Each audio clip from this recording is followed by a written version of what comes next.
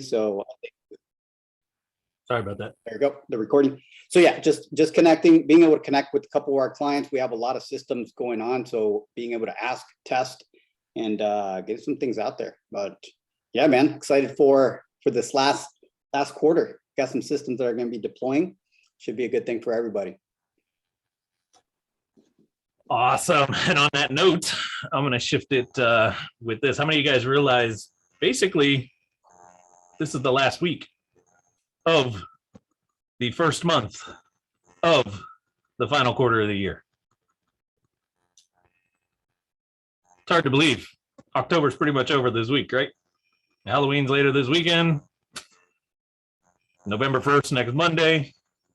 We're already a month down in the final quarter. I feel like it was just a couple Mondays ago we were talking about the fourth quarter and what's our goals and what are we trying to achieve by the end of the month. And something I threw out to our team internally was that I wanted to be done with the quarter, meaning us hitting our objectives for the quarter by midway through November.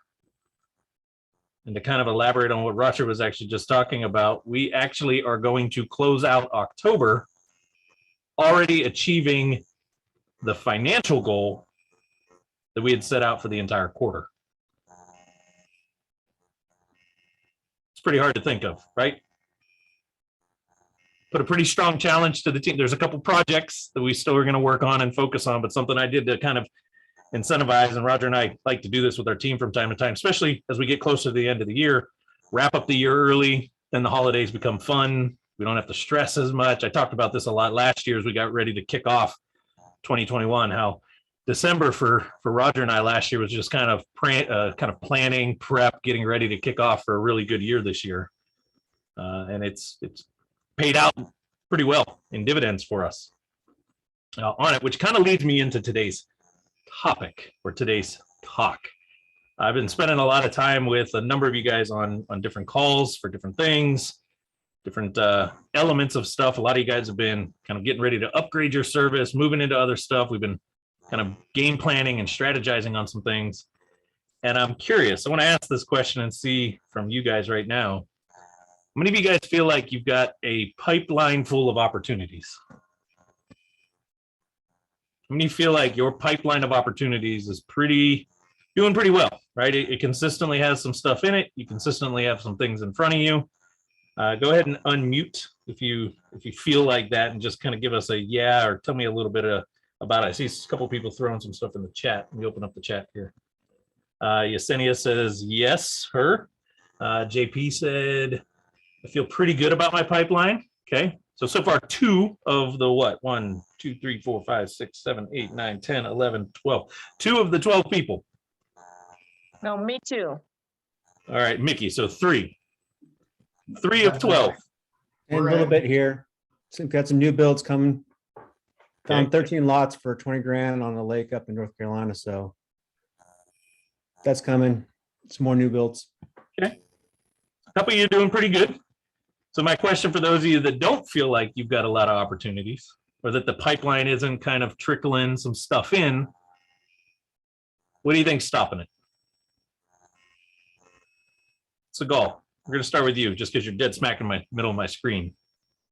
You shifted one. Terry was on the hot seat, but so I had actually investors reach out to me, but I don't know what happened. We used to have leads coming in and we're doing really great, but Roger's just tackling it in a different way. So I have wholesalers come to me, so that was amazing. And the good thing is that the ones that did come, it's real people, you know, not scams or stuff like that. But something happened and maybe some things changed, and now we're going through another way to try to generate more leads. They're not coming in right now, and we're doing really great. We're like #1 everywhere, so I don't really know. Okay. But we're working on it, so that's where that is at. Tony, what do you think's stopping you from having a pretty decent pipeline? Me. Ooh, right to the point. What do you mean? I've got to wrap my technically I've got to wrap my mind around some of this stuff and start doing it. That's Okay. why. Keith, and there's no order now. I'm just kind of going around what's on my screen. No, you're good. So we have a pipeline that we're laying down right now in front of us. And what we're feeling right now is intense anticipation and excitement, because it's literally everything. And I can so clearly visualize all of it returning. So we're building out our team. Because I know for a fact, once the marketing kicks in and this stuff kicks in, I want to be able to have the capacity to handle it. So yeah, so right now we're in anticipation mode, but yeah, the pipeline is there. It's very clearly there. Okay. Shannon, I just saw your comment come in. Are you able to unmute? I want you to elaborate a little bit here. Oh, you're on the phone. Okay. I'll let you off the hook for now. Oh, the plane, not the phone. Sorry. I see that now. Terry. Basically just following up on what we talked about in Big Bear and finishing up the goals that we reached there before we move on any further. So we've kind of put our own stops in place to deal with the goals that we established prior. Okay. So I'm going to go back to something Tony just said. It's been a trend that I've been hearing a lot. The more and more calls that I've been on, even the ones that seem to be doing pretty decent, right? I'm going to actually, before I get into what Tony exactly said, I'm going to kind of paint you guys this picture. To give you an idea of when I said TRC is going to close out this month, kind of hitting a financial goal that we set out for an entire quarter.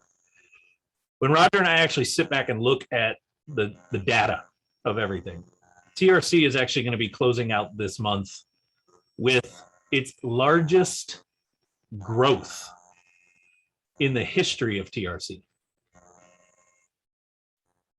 I'll let that sink in for a second.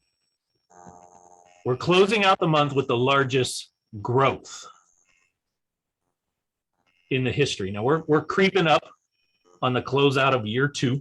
January 1st will be official year 3 of Top Results, the brand, coming out. Obviously, Roger and I come from backgrounds and we've been doing this for a while. But Top Results as a company, right, as its own brand, it's closing in on the start of year 3. And we are having one of our largest growth months. To the point to where literally last week, I was talking to my girlfriend.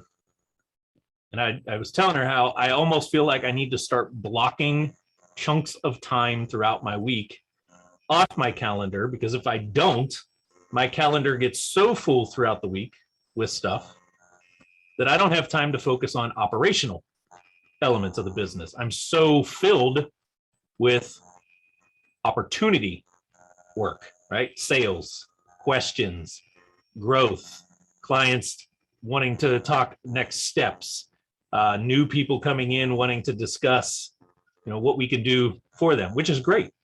And she asked me this question: what do you think has changed? Why suddenly is this month any different than any other month? Right? We've been doing very steady. If you look at our actual data, and if I were to graph it out, it's been a steady increase the whole entire time until you hit this past month here, October 2021. It'll be a month that we'll always see because it went like this, and it kind of went straight north on us as far as the growth side. And all we can come up with, I think, JP, you just kind of put it in there, is the flywheel effect. The flywheel effect. You've heard Roger and I talk about this a lot on these calls. Inbound marketing is really all about the flywheel spinning. Inbound marketing is all about the flywheel spinning. And the faster we can get this thing spinning, the more it can bring opportunities in. And I think Roger and I are seeing the result this month of 16, 17, 18 months of super consistent flywheel movement.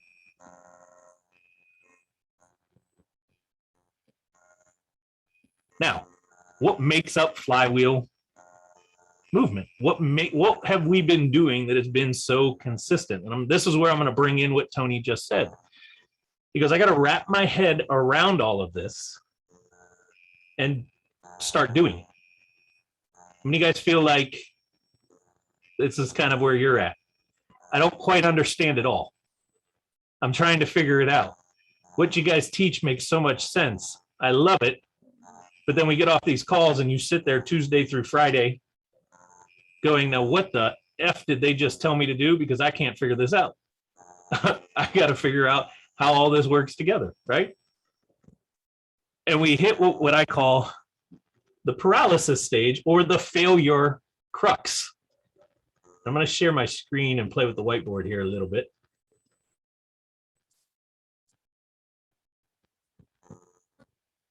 Move you guys over here so I can actually see everybody. And I see JP right now. Give me a thumbs up that you see the whiteboard. All right, cool. So tell me if this kind of sounds like you, right? You're going through your week. And Monday comes. And you're like, heck yes, it's Monday. I'm excited. Why am I excited? Because I'm going to get on a call with Shawn and Roger, and they're going to drop some gems to me, and I'm going to learn something. It's going to pump me up, and I'm going to start understanding some of this a little bit more, right? And we get off the call, and you're still excited. It's like you just took a fresh shower, put some cologne on. Everybody's good, right? And then Tuesday comes, and you're like, all right, I've got great intentions. I'm going to take action on this. But instead of taking action, we start to avoid. We start to avoid what we needed to do. Why do we avoid it? We avoid it because we're a little confused. We avoid it because we're not really sure, should I do this or this first? Well, if I do this, where does this go? If I do this, what should I cause to happen next? Or what about this? And if I do this, do I need to bring, right? Is this starting to sound a little familiar to some of you guys? I see Tony laughing and shaking his head. So I must be talking directly to Tony right now, right? And then Wednesday, Thursday comes and we're like, well, crap. And we start making excuses for why we haven't gotten anything yet this week. We make excuses. And we try to get re-excited. We try to tell ourselves, well, I still have Friday, Saturday, Sunday. I'll get caught up. And then Monday comes. And we're back to saying, yes, it's Monday. But then Shawn says, what'd you do last week? And you're like, oh, you know what? I'm just going to blame everything that went wrong last week. I'm going to blame everything else on why I didn't get this done, right? And this weekly pattern just keeps happening. And before you know it, 3, 4, 5 weeks has gone by and you're like, holy crap, the quarter is a third of the way done. And I wanted to get all this, I made this commitment, I was going to get this stuff done. Tony, since you're the one bouncing your head like crazy, tell me, does this sound familiar? Extremely. For part of it at the beginning was understanding what in the world you guys were talking about. Then after I got a little understanding behind me, it was, this is still not fun to try to figure out. Yes. But you're exactly right. So there's a very pivotal point in this drawing. I call this drawing the failure cycle. This works for anything. Terry, you've seen me draw this like crazy. Mickey, you've seen me draw this a lot. JP, I'm sure you have, and Roger as well, right? This is the failure cycle. This could fit for anything. In this case, it's the failure cycle of our marketing. And there's a very pivotal aspect in this that I call the crux point. And when we learn to kill that crux, we limit, we reduce how often we end up in this failure rut. Other than Terry, Roger, JP, and Mickey, somebody else take a stab first. Where in this, which one of the four? Number 1, number 2, number 3, number 4. Is it between 1 and 2, 2 and 3, 3 or 4? What's the crux? Who can take a stab? And Can't see the chat, so don't throw it in the chat. I need you to unmute and throw it out. Jackie, what do you think? Unmute yourself. What's your guess? Okay, when you say the crux, what do you mean by the crux? It's the crux. It's where we had a choice. We had a chance. It could be salvaged, but we missed a few elements which caused us to kind of go past, right? Think of a mountain. I got to the peak of the mountain and I went over the other side. It's really hard to stop that downward motion now. So I'm guessing between 2 and 3. Okay. Segal, what do you think? I think I'm in 4. 4? Yeah, Keith, what do you think? because there's always, once I overcome the objection, there's new stuff coming up. And it's like, wow, it's overwhelming, you know, and now dealing with the new stuff. And also maybe this, I realize maybe Maui is just too small. So I'm not sure. Okay. Not Keith, what do you sure. think? Stuck in a plane. I could be getting too like philosophical. I feel like you can turn around at any point, but the point at which like you pivot maybe the way you're not supposed to go. Shoot, I'd probably say between 2 and 3, even though that's the easy answer. Okay. Eric, what do you think?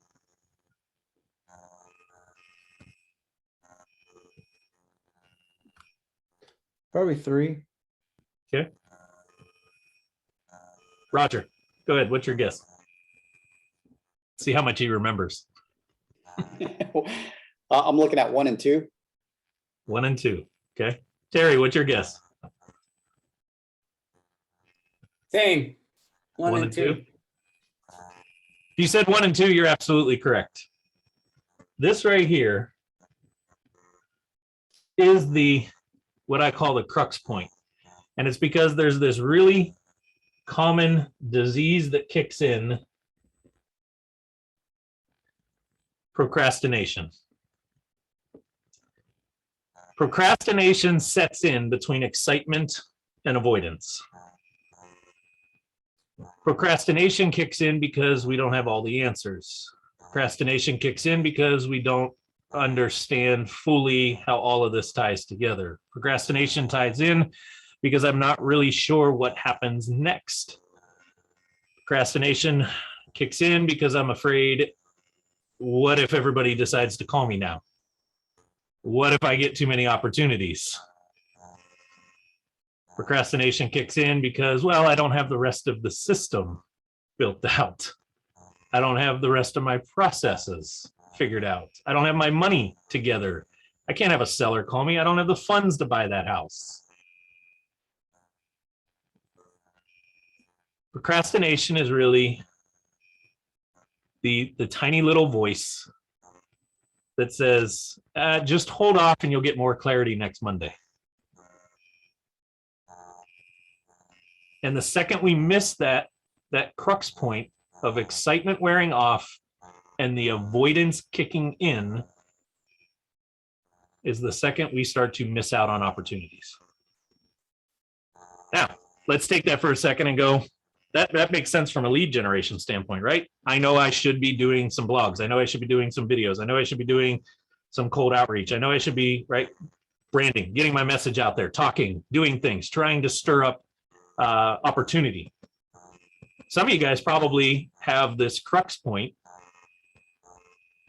in your funnel right now, in your process. You've got some opportunities that probably have reached out, where there's some stuff sitting that you've maybe talked about in the past.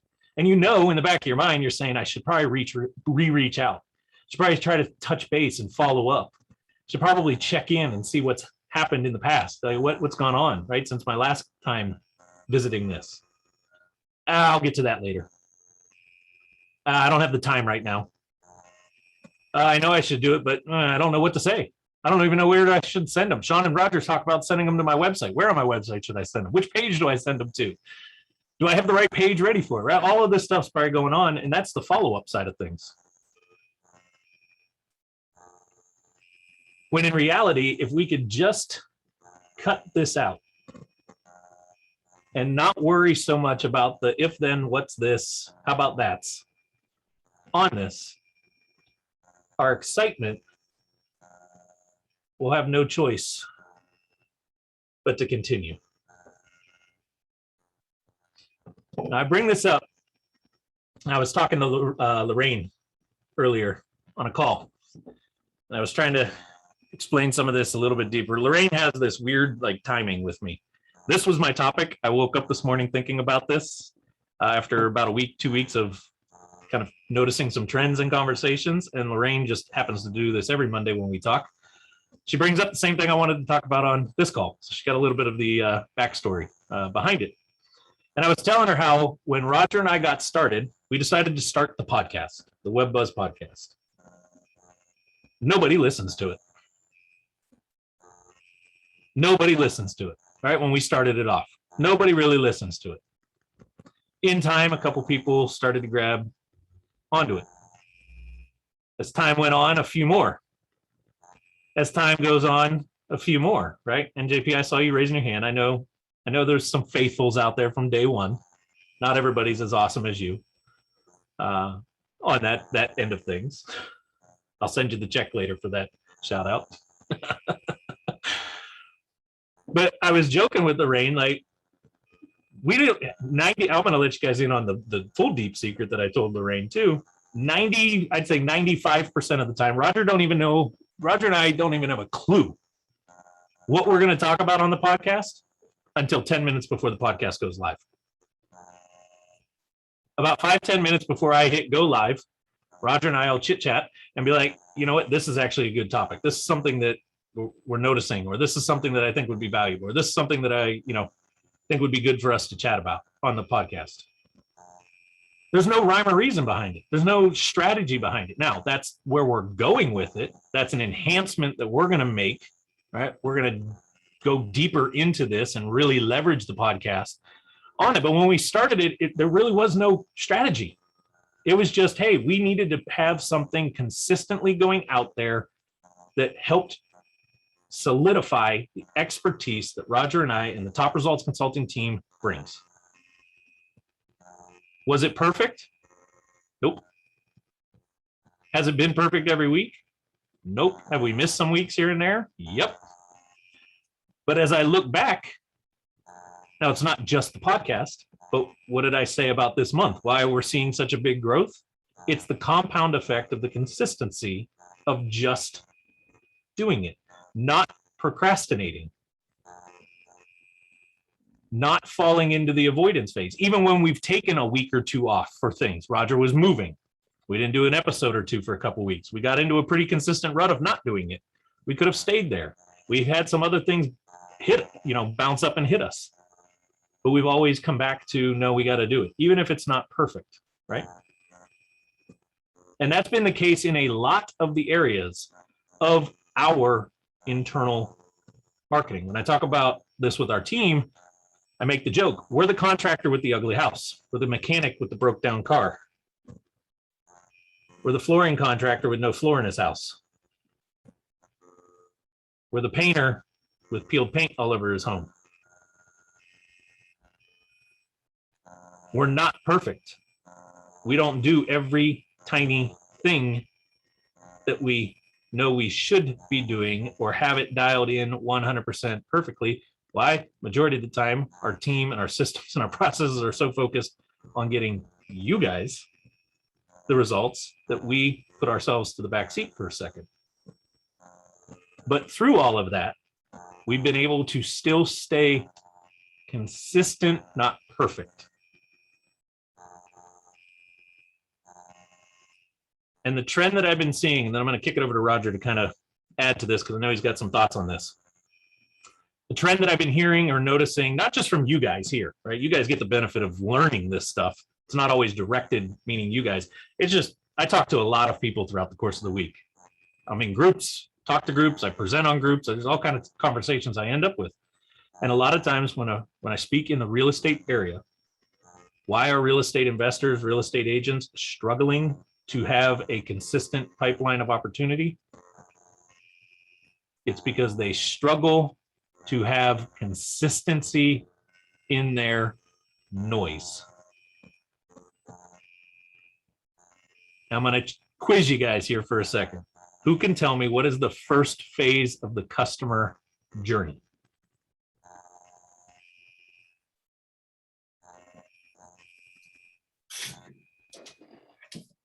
Is this the thing on Noctomax? Is this that or no? You haven't been around long enough, Keith. I don't think you've heard me talk about this. Okay. There it is, JP. What's the first phase?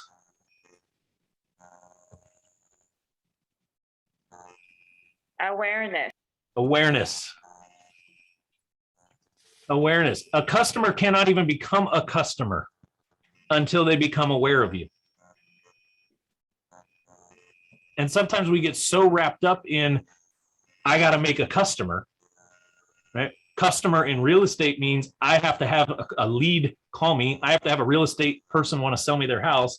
I have to have people that I'm talking to and giving offers to. We get so focused on creating that we completely forget that before I can even get to that stage, they got to know I even exist.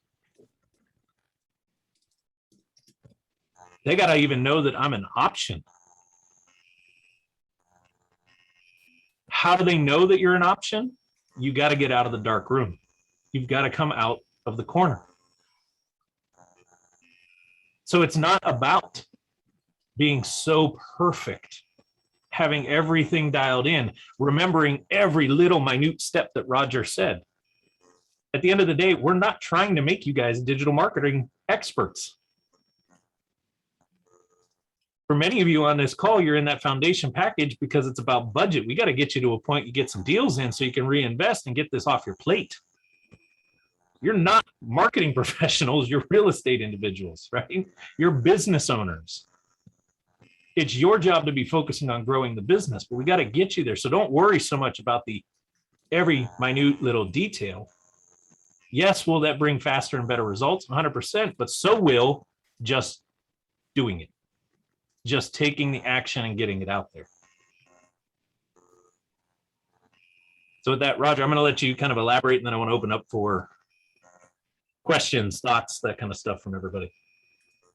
Yeah, absolutely. So I want to piggyback on that because it like a lot of the stuff that we do on the technical side, the SEO side, I mean, it's consistency, right? I actually, like Shawn said, we're a part, this isn't our team and what we do here with this group. It's not. Shawn is a part of a lot of different marketing groups. On my side, I actually, right before this call, I was on with another mastermind group that specializes in higher end, it's other agencies that are doing very high end SEO. And all we do is look at what's going on. And the key takeaway every week is consistency.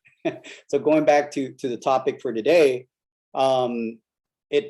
there's a blend as well, right? I'm a big believer and promoter of that concept in the book, Fanatical Prospecting. So if you haven't kind of seen that or heard of that concept, definitely look it up because it talks all about sales, and that particular area speaks and it speaks volumes in that digital marketing isn't always the thing, right? Right now, that's what we're pushing. That's the type of agency we are, but there's a lot of different things that you can be doing, but it always comes back right now in order to be able to reach that mass amount of people in your industry to something like what Segole's kind of going through right now. She's in a little bit of a slump when we were getting pretty consistent leads. And it could be the times, it could be the time of year, it could be something happening in that particular market, right? So what you have to do at all times is always try to amplify your brand, right? Because the brand, what we're seeing over and over, doesn't matter if it's, this is both offline and online. The best thing that you can be doing is continue to pound your brand, because when these slumps happen and there's only a little bit of people out there within your target market, they're going after the brand. Who do I remember, right? Who's that's out there? So one of the things that I kept, to Shawn's point, I mean, I continue to kind of figure out how we can kind of help you guys kind of implement some of these things faster, right? So there's part of our system and strategies that were coming out, and what we're going to be releasing, and some of these educational portions that we're going to be doing are speed of implementation to try to help you guys do that. but there is a lot of action, unfortunately, that has to happen on your end, right? And if there's any takeaway, consistency. I mean, the topic of today's of conversation here is consistency, and we, in some cases, we cannot do it for you, right? This is going to be some things that you have to do on your own. So I'll go ahead and leave it at that, Shawn. So to give you guys a tiny idea here, and then I'm going to open it up for some questions. When I talk awareness marketing is nothing more than noise. Awareness marketing is noise. So what does that mean in our space? What does that mean as a business trying to make noise? It's all encompassing. Social media, big aspect to being noisy. And somebody said the other day to me, they were like, yeah, I just don't want to be too noisy because I don't want to irritate people and make them feel like I'm way too much in their feet. My response to that was 70 to 80% of the people that actually follow your brand, follow you, that are on social media, don't even see the majority of what you post because they're so filled with signals, right? Noise coming at them that they don't even realize it. They don't even see most of it. I've had people reach out to me that were talking about a video that they saw of mine. And when we finally get to the bottom of it, it was like, that video was from 4 months ago. How did you just now see it? Right? They didn't see it in that time. So if your social strategy of creating noise is to post 1 day a week, 3 days a week, 5 days a week, and that's it, and you're relying on that, you never exist. You exist to the algorithm, and there's some elements, right, that Roger talks about from social signals and these type of things that help there, but to the human, you hardly exist. Blog standpoint. Yes, there's a proper way. Yes, there's good structure, but Roger can even attest to this. Content is content is content is content. Can it be optimized better? Could it be leveraged better? Absolutely. But content is better than no content. So if your strategy is to write one blog in 8 months because you finally figured out how to put it all together, and then it takes you another 8 months to finally decide on another topic, you're almost non-existent. It's better to just get content and then worry about, this is what I was telling Lorraine, is once we've got consistent content, then we can look at optimization. Then we can look at leveraging because we've hit the consistency level, right? Offline, noise is simple. How many people in a week are you speaking to? How many in a week are you speaking to about you and your business? If you're not speaking to people, I don't care if it's a seller, non-seller, contractor, non-contractor, if this is for somebody that you can literally do business with or not, if you're not speaking to people about you and your business, and people are not learning that you own a company, that you have a product or service, you're irrelevant when they need it or when that topic comes up. The job of awareness marketing is to just be noisy. And to that person that said, well, I don't know if I want to be that noisy and piss people off, until they start telling you, yo, tone it down. Hey, JP, can you do me a favor and not post so much, or I'm going to have to defollow you, or I'm going to have to stop showing up to events that you're at because you just talk. Until you get to that point, you're not even a thought in their mind. You're not even a thought in the mind.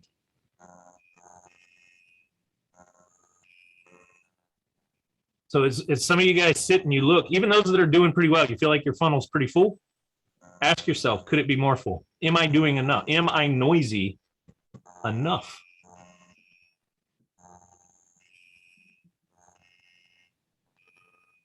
So with that, I want to open it up. Thoughts, questions? Hey, Shawn, let me throw one thing. Hopefully it maybe rattles a couple ideas with the questions here for the Q&A at the end here. One of the things what Shawn just said, I was kind of writing notes as well, is think about this. kind of, what'd you say, Sean? Picture and imagine. Picture and imagine, right? That's some This is NLP very stuff common. for Tony. And This is actually very common because when you're on social media, think about this, like seriously, when you're on social media, you're not, many times, actually majority of the time, you're not on there to buy anything. You're on there to interact with your friends, family, see what's going on, what people are up to, right?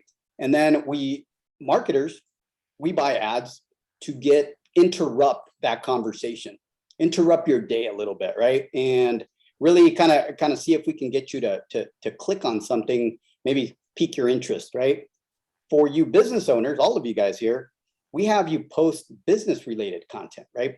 So this content is also very similar to those ads, but you have more control. Yeah, it's a little harder because of the algorithms, but besides that, you're still putting noise out there. Most of these people, actually probably 99% of these people aren't ready to buy at all on social media.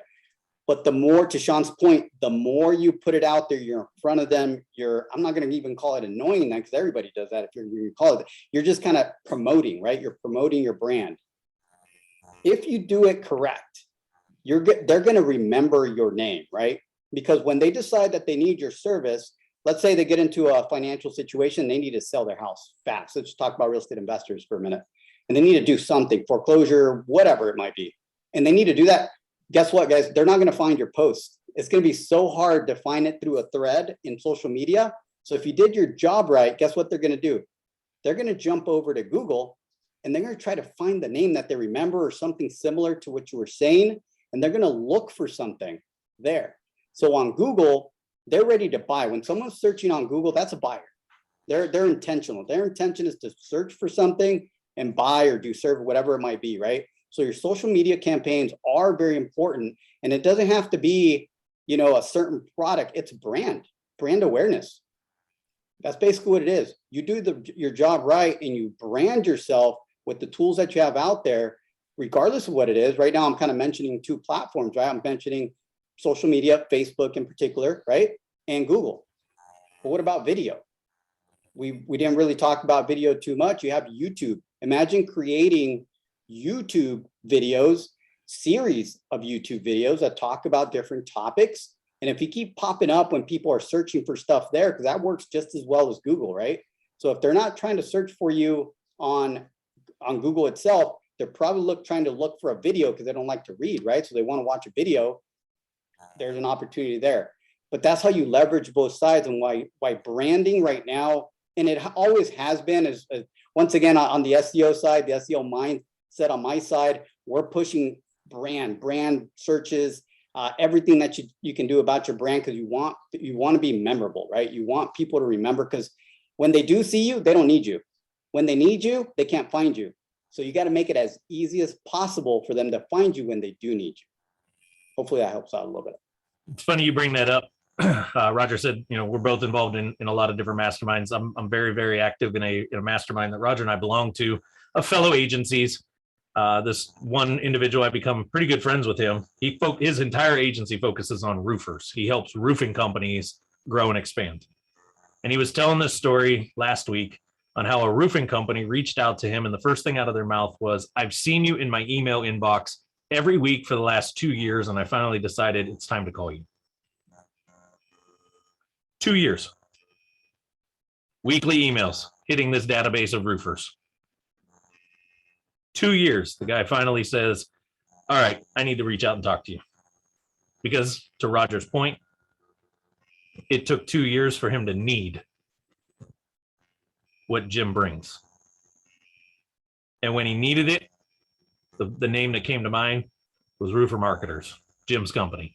Let me reach out to this guy, Jim, that I delete his email every week and hasn't unsubscribed. Right? And it eventually converts.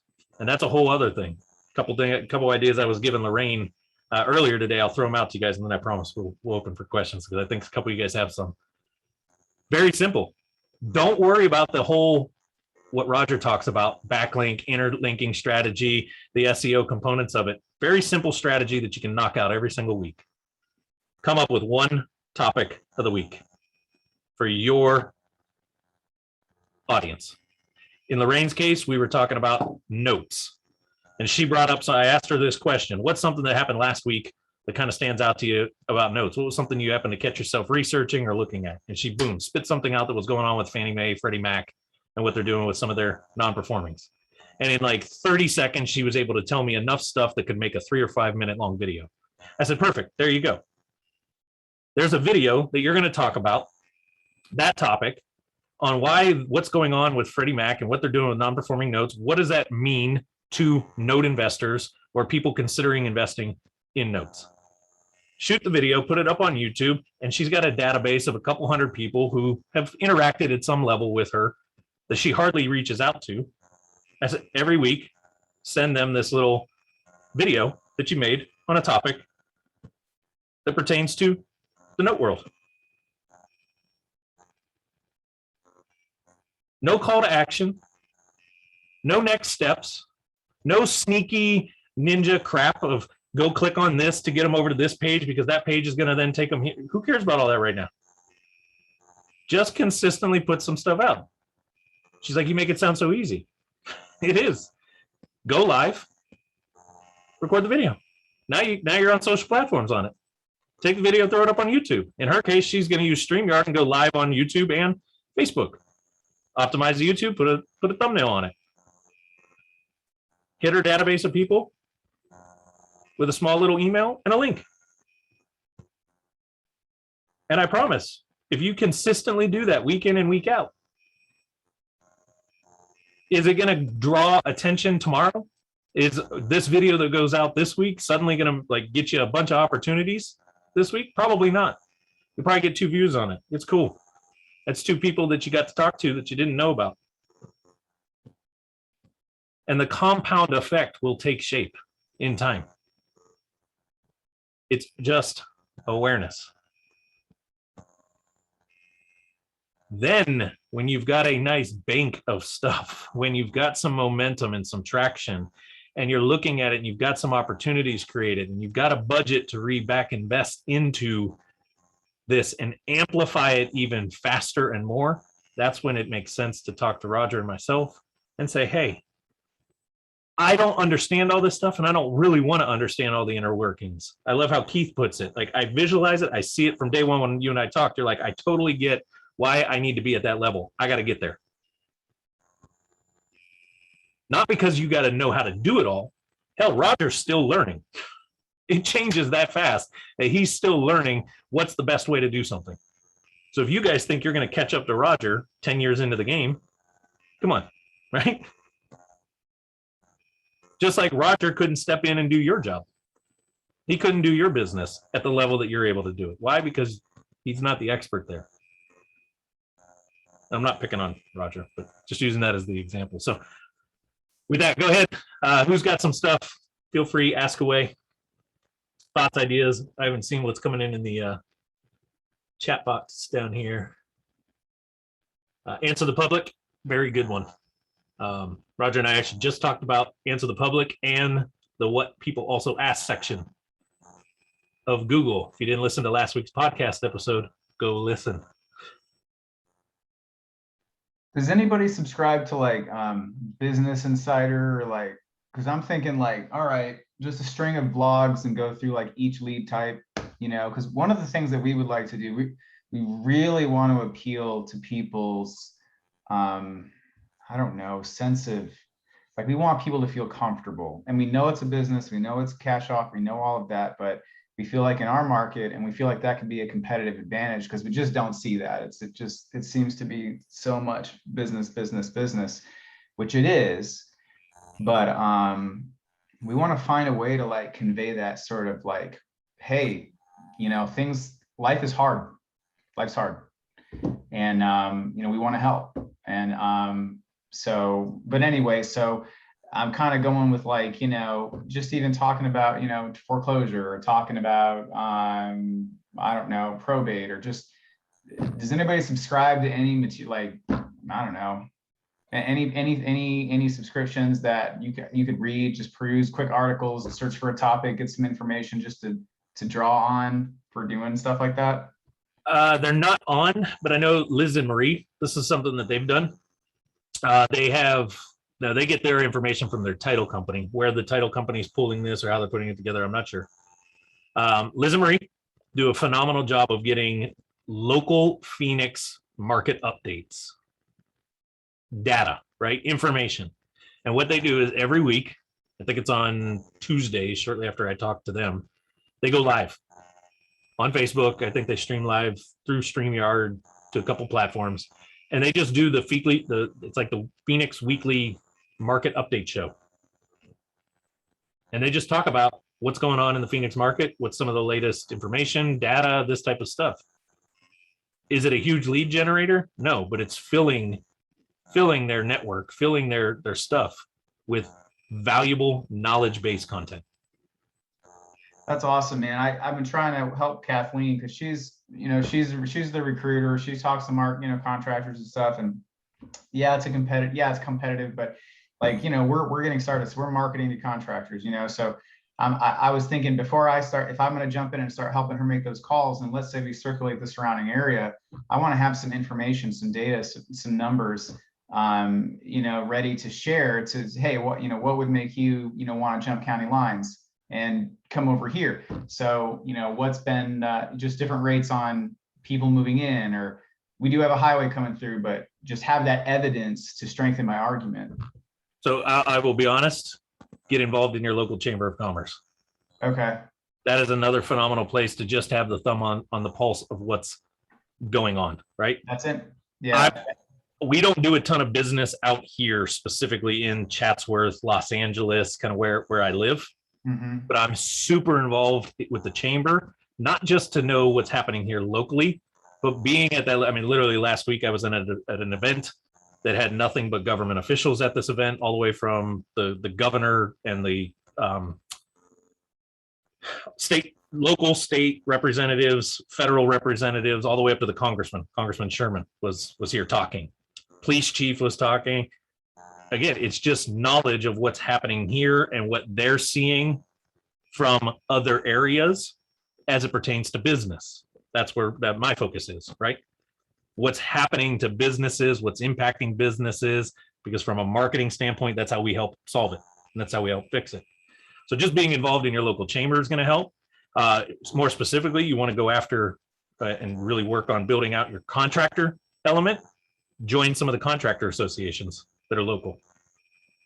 Your home builders association is a huge one. Home builder / remodeler, a lot of times, the HBA. Get involved in those programs. Again, it's not a huge revenue generation aspect, but it's a way to be out there connected in it. Neighborhood city council or neighborhood council groups. You get involved in the neighborhood council, even if it's just showing up, knowing when their meetings are, and showing up and participating in the meetings and being there as a voice, right? And just as a support element to it. If nothing more, in time, it's going to get recognized that this guy Keith keeps showing up. This guy Keith's a business owner. He's a local business owner. What's his brand? What's his company? Oh, what do they do? Right? Starts to put a face to that. I hate politicians, but I love rubbing elbows with the right people, because when I need something, guess what? The name's been built, right? I literally just said this to Roger earlier today. I'm personally trying to work some old contacts right now and get us involved in the National RIA, the National Real Estate Investor Association, to be a solidified partner with the National RIA. I freaking hate National RIA. I hate the way that they do business. I hate the way that they treat the local areas. But you know what? My entire audience, real estate investors, are part of local groups, and those local groups rely on National RIA to help fund them. If I want to tap the local groups fast, I need to go to the top, right? So I'm putting my personal feelings aside to be involved and better understand what's happening for RIAs around, so that Roger and I can figure out how can top results and REI Toolbox support them, which then trickles down to the exact audience that I'm trying to help support, and that is real estate investors. Does that make sense, Keith? It makes a lot of sense, man. That you're the second person who told me in 2 days to go to the Chamber of Commerce. And what's crazy is Kathleen, I don't know, odds are not something I concern myself with, you know, so she was kind of down and out. She made her initial phone calls and whatever. And so I sat down and kind of put a spreadsheet, helped her put a spreadsheet together of tracking how are you reaching everybody. Come to find out, the mayor of Crystal River, which is the school that I work at, you know, my day job as a curriculum specialist at middle school. His kid played football for a football team that I coached. So, you know, and he also did some stuff. He brought some food and stuff to the table. And anyway, he's been a part of a family also. Not only is he the mayor, but he also is inheriting not a real estate investment company, but they're a construction company. His grandfather started this build, you know, they're builders. But it's just interesting to me, you know, when you start doing how things develop and evolve. And so I thought that was interesting, but that little pennies from heaven Chamber of Commerce plug, that's awesome. We'll definitely jump into it, man.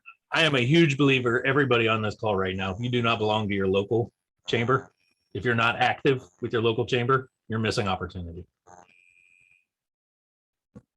The businesses that attend the meetings and get involved, they're not your audience, but they're your voices because they know people. And we've gotten a handful of leads simply because I'm pretty involved with ours. And just because this guy doesn't need our service doesn't mean they don't bump into somebody that then reaches out to me because so-and-so from the chamber told them to contact me. We don't get as much benefit from the chamber because we're not a local only company, we're national. But if I was a local real estate investor, I'd be all involved in every small local group I can get involved in. Simply from an awareness level.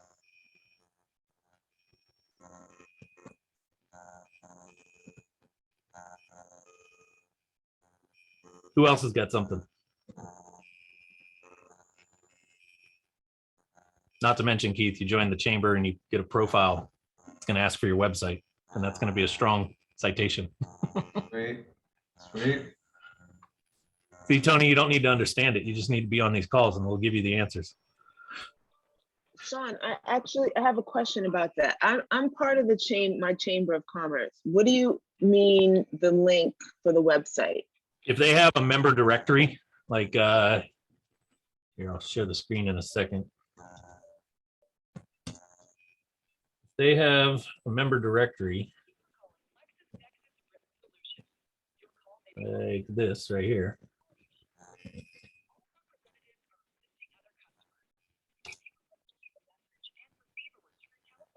See Top Results Consulting right here. Okay. Visit the website. That's going to go over. You can see to the bottom corner. That's our website. This is a profile that resides on their website, which if I go back here, I don't know if I have mods logged in. Last time I checked, they've got a 23. So that's a 23 score website. It's got decent trust with Google that has our brand on it and our website on it, pointing back to Top Results. That's a good citation link coming back. And all I did to get that was I signed up to be a member. Gave them my information that I wanted on there. I'm checking mine right now. Yeah, if you guys didn't pick up on that, that was just straight gold right there. Local citations carry so much weight because basically you're a local business. So not only is that going to benefit your overall brand, it's going to benefit your Google My Business if you guys are playing in that area of SEO. So those local citations. So the chamber is big, and I mean you can do every state, every city, every town is different. They all have their set of local citations.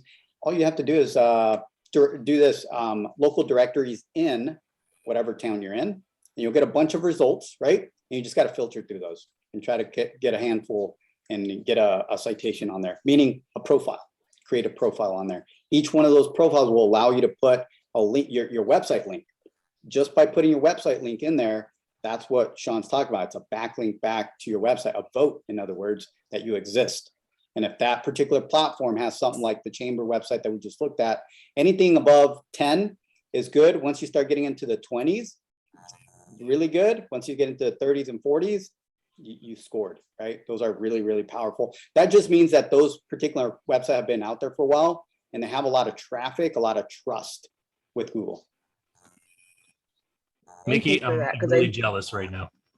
Gosh, I was just thinking the same thing. I saw you smile and I looked around the screen and I saw Mickey's over there getting a massage. I know.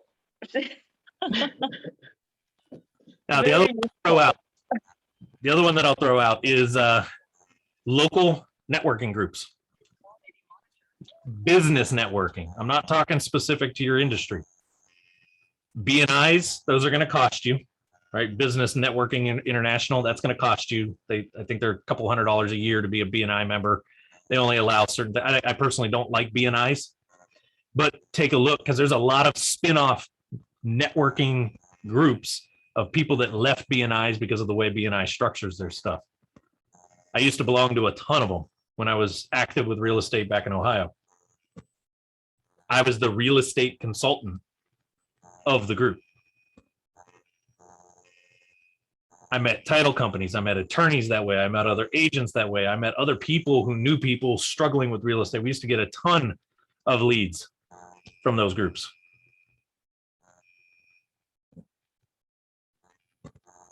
Most of those small groups, they don't necessarily have a huge online presence. You have to look for things like on Facebook, look for some business networking groups in your area. That's another one that I think is the most underlooked area. Local community groups on Facebook.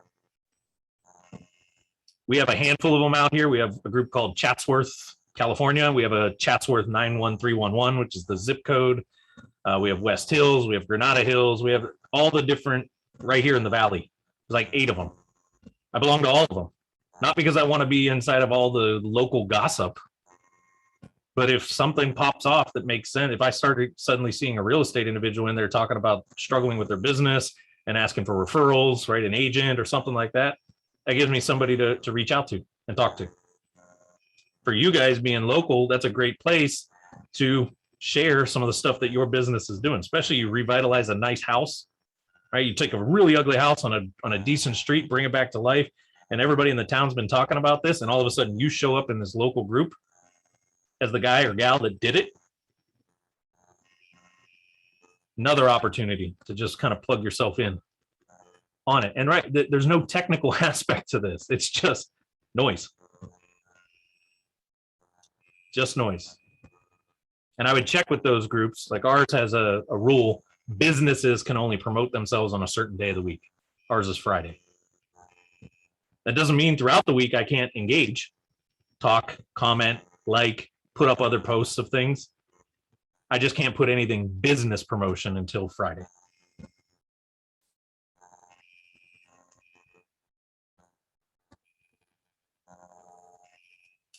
What else? Questions, thoughts? Need clarity?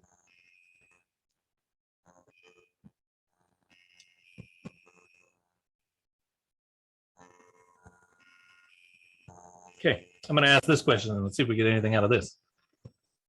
As we look at closing out the year, there's a few things in the background that are happening. I'm planning on probably mid-November on one of the Monday nights, doing a call really centered around what Roger and I have been working on behind the scenes the last quarter and a half, and what's coming. There's going to be some cool things happening start of the year. As Roger kind of alluded to earlier, we're looking at some stuff to really help you guys implement faster, get results faster. Those of you guys that are kind of in our accelerator dominator levels, Roger's been making some big changes on the SEO side to really speed up the result side of that. So you're going to start seeing a lot more case study type things coming out. But I'm curious from a training standpoint, topic standpoint, stuff for the Monday night calls. What are some things that you'd like to see us build some deeper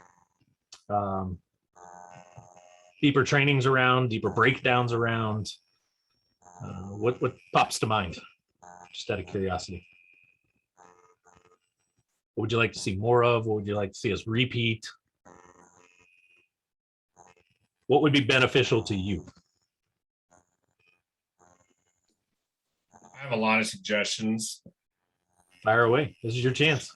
Some good things that have really kind of just like helped shape my online presence and really like my understanding behind the things that actually move the needle.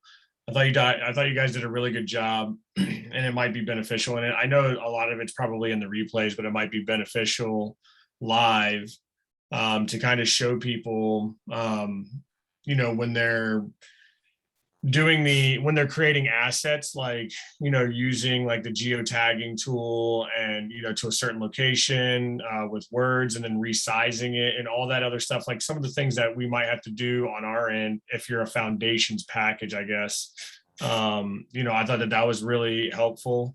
The other thing that I've always asked about is kind of, in order for us to be a better partner with you, is understanding what keywords we should be using inside of our, like, anytime that we're posting anything on social, or whether it's blog related, or even like naming the images that we're using inside of, our content that we're sending you. I think having a better understanding as a client of the keywords that we should be using based off of the research that you guys have already done, that would be helpful. Even to understand like how to get more keywords, like secondary keywords that to help support the primary keyword, right? So I think that for me, those are the two big things that I would say, helped me understand better how to, produce better content for you guys that can support you guys.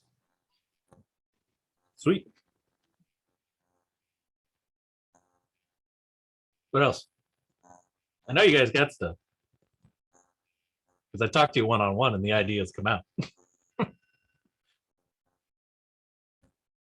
Tony, putting you on the hot seat.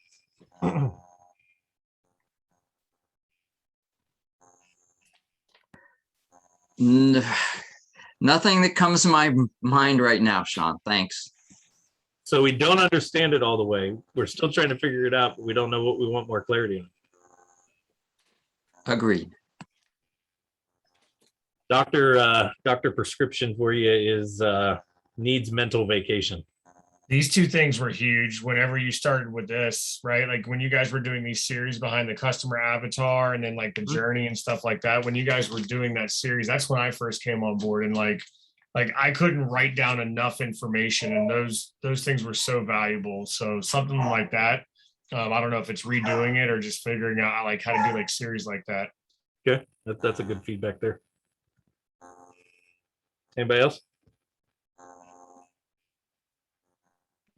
I know we spoke about Instagram, but I would love like either, I'm going to research anyway on YouTube, a tutorial on how to better use Instagram and understand how it plays with Facebook, like they're linking between the two of them so that I can better use that platform. Okay. Actually, I have somebody in mind that's a pretty good, maybe come on and give us some training. Kind of owes me a favor. And something like that would be good, where you have a system, whether it be a social media, where it's, hey, somebody's doing really good stuff on Instagram, and how do we kind of dissect some of that in the different areas where we use their profile, what are they doing, how are they doing it, and also systems.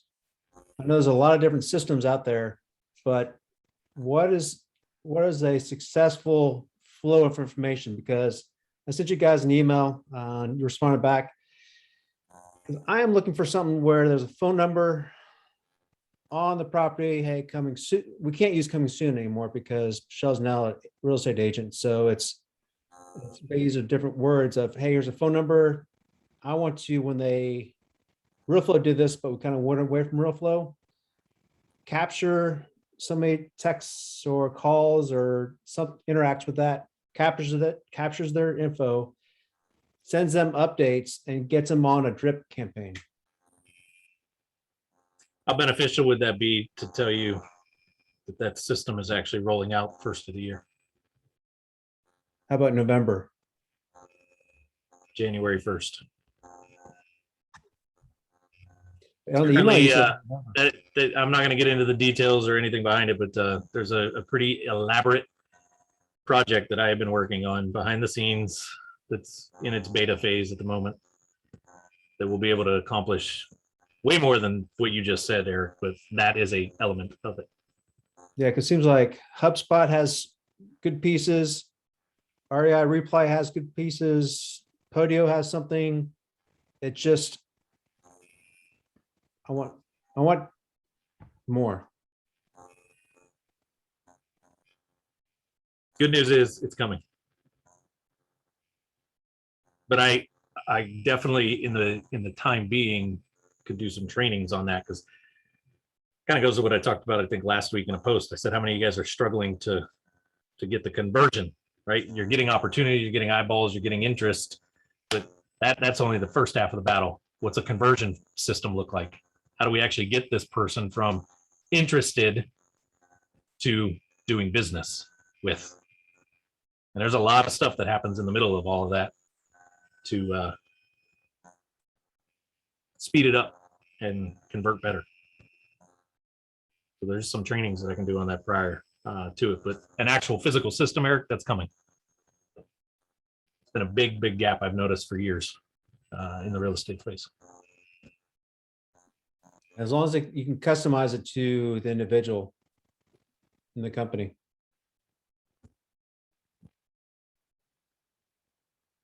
Back, it's like a little side secret. I'm a little bit of a, I think that's why JP and I got along early on. I'm a little bit of a software geek, system geek. I like to do as little as possible and have the maximum result out of it. Who else got something? By the way, since you brought it up, Eric, those of you that are on HubSpot that are with us that normally show up on the last Wednesday of the month HubSpot calls, this Wednesday is the call. Thanks for saying that, Eric. Reminder, make sure you're there. You're not going to want to miss what we talk about.